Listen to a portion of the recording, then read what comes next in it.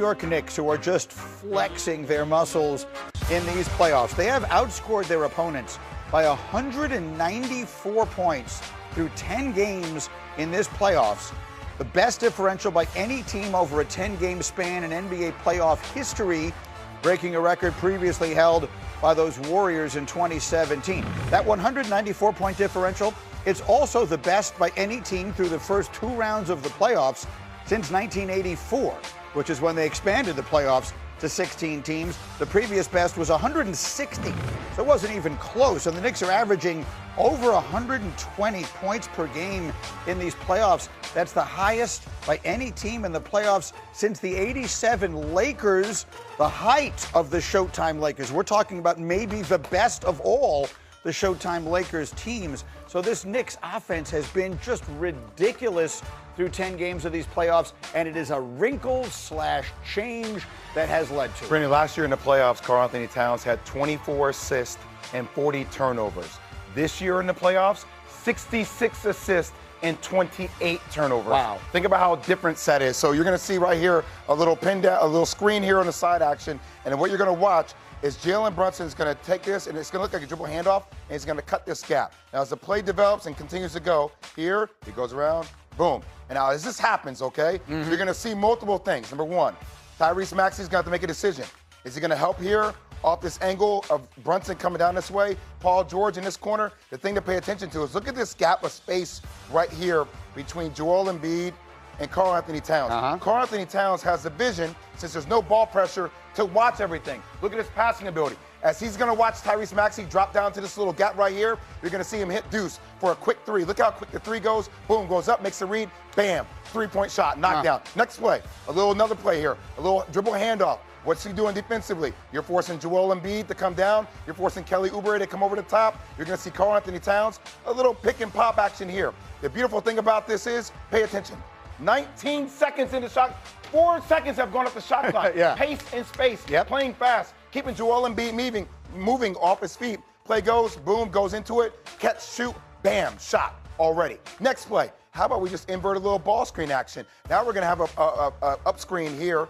You're going to see a screen here coming off here. You're going to see you're going to see Karl-Anthony Towns come off. You're going to see Jalen Brunson make the right read, get to the corner, right? And look at, these are the kind of invert plays where you have a big in a pick and roll with a guard that can then pop out and shoot if he's available. Once again, forcing Karl-Anthony Towns to make the right read. Okay, Karl-Anthony Towns comes off the play, turns that corner by the screen, and now Joel Embiid has to come up.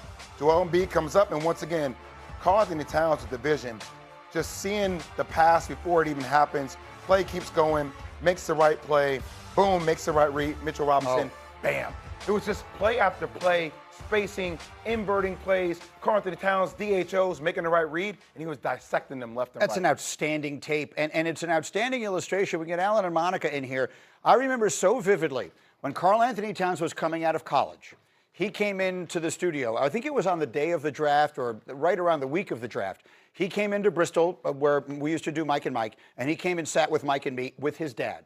And they talked about how he grew up playing point guard, that even though he was always the tallest, that he always had the ball in his hands, that he didn't want to be a big, he didn't want to have his back to the basket. He wanted to do all the stuff that you're showing him do, and he's always had the ability to do it because he had point guard skills, even though he is whatever he is, 7 feet tall or whatever it is. And so this is not something that they just discovered accidentally. This is something he's been wanting to do all his life. And if you think about what you're watching, it almost feels like when you watch Golden State play back in the day, I'm not saying the players are comparable or the same, because Karl-Anthony Towns has this shooting ability, but the way the Golden State uses Draymond Green in a lot of action, and the way Jalen Brunson is now playing off the ball, it makes you think about Golden State a little bit. So let me talk to Alan and Monica again a little bit about this, because it is a sea change, if you will, in the Knicks season.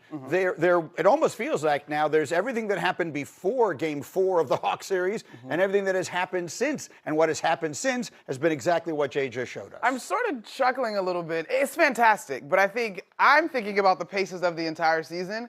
And you've heard Mike Brown say all year that he's not a necessarily play call guy, he's more of a reads guy. Now, was there a little bit of friction over what the reads were, blah, blah, blah at this point, but you get here, and I think to Jay's point, that first play in particular that Jay pulled up, we went with the action that unfolded, but there's a whole nother set of reads that could have been happening on the opposite side of the floor. And so I think now what it has come to me is the accountability and the trust, not just player-wise, and of course guys are playing their best basketball at the right time, but also with the coaching staff, like really putting your guys in a position to be most successful. You have 7 straight games of shooting 50% or better. Yeah.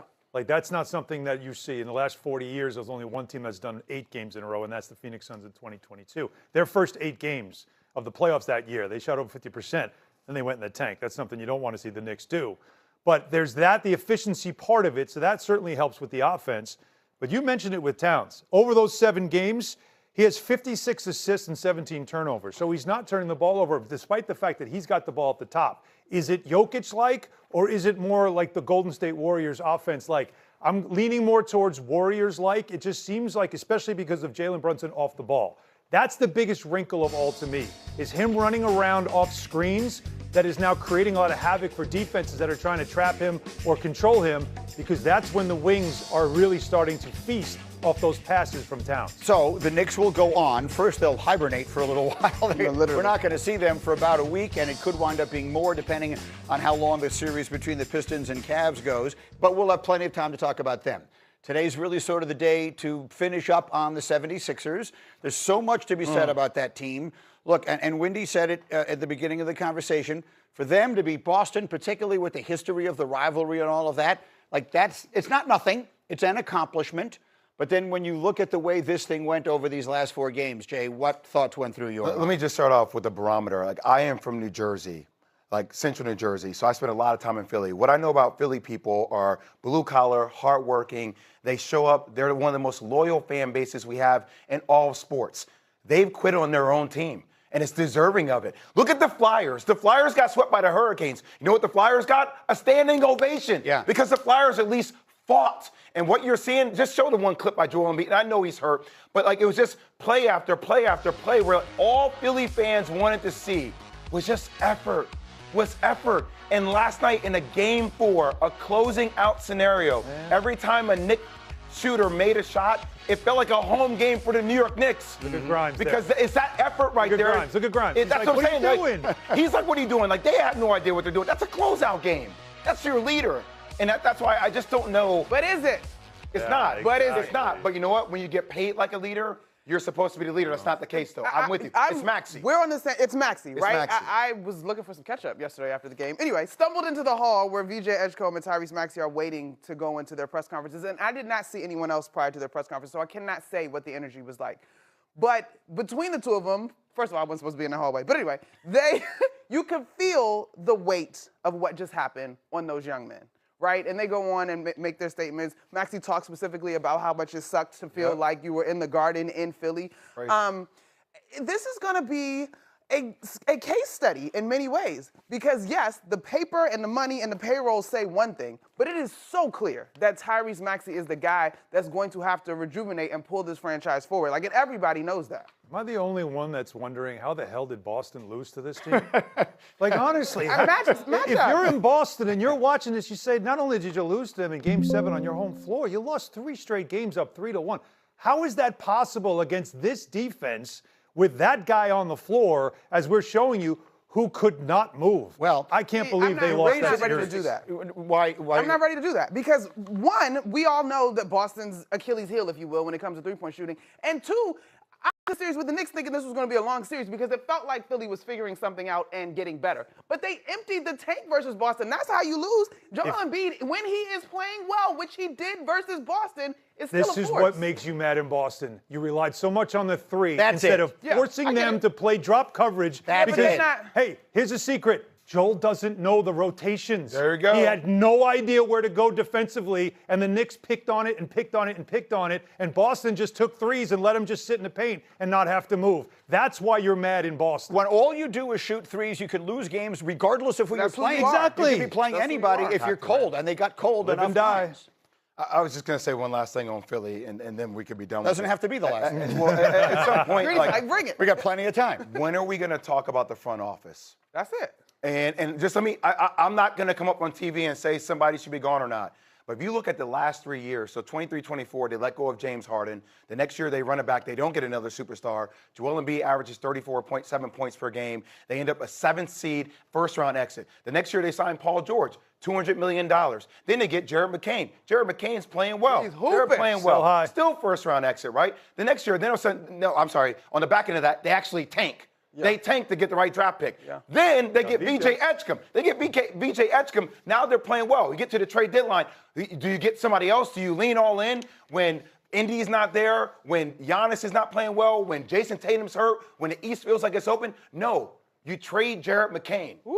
And for draft picks. By the way, Jared McCain is shooting 81% from the three-point line right now versus the Lakers. Do you want me to keep going on? Isaiah Joe was on this damn team. Isaiah Joe is coming off the bench for OKC. Do you want me to keep going on? Shinpini was on this damn team. Shinpini is one of the best three-point shooters for the Spurs. Get him, That's Jay. all your depth. Right. All your depth. And now you're sitting here in purgatory with Joel Embiid. I'm just going to lay out the facts. You guys make the decision. Get him, Jay. That makes me stressed. That is a well laid out set of facts. That is Jay Will working himself into a lather, but I'm very frustrated. I think we all understand and appreciate it.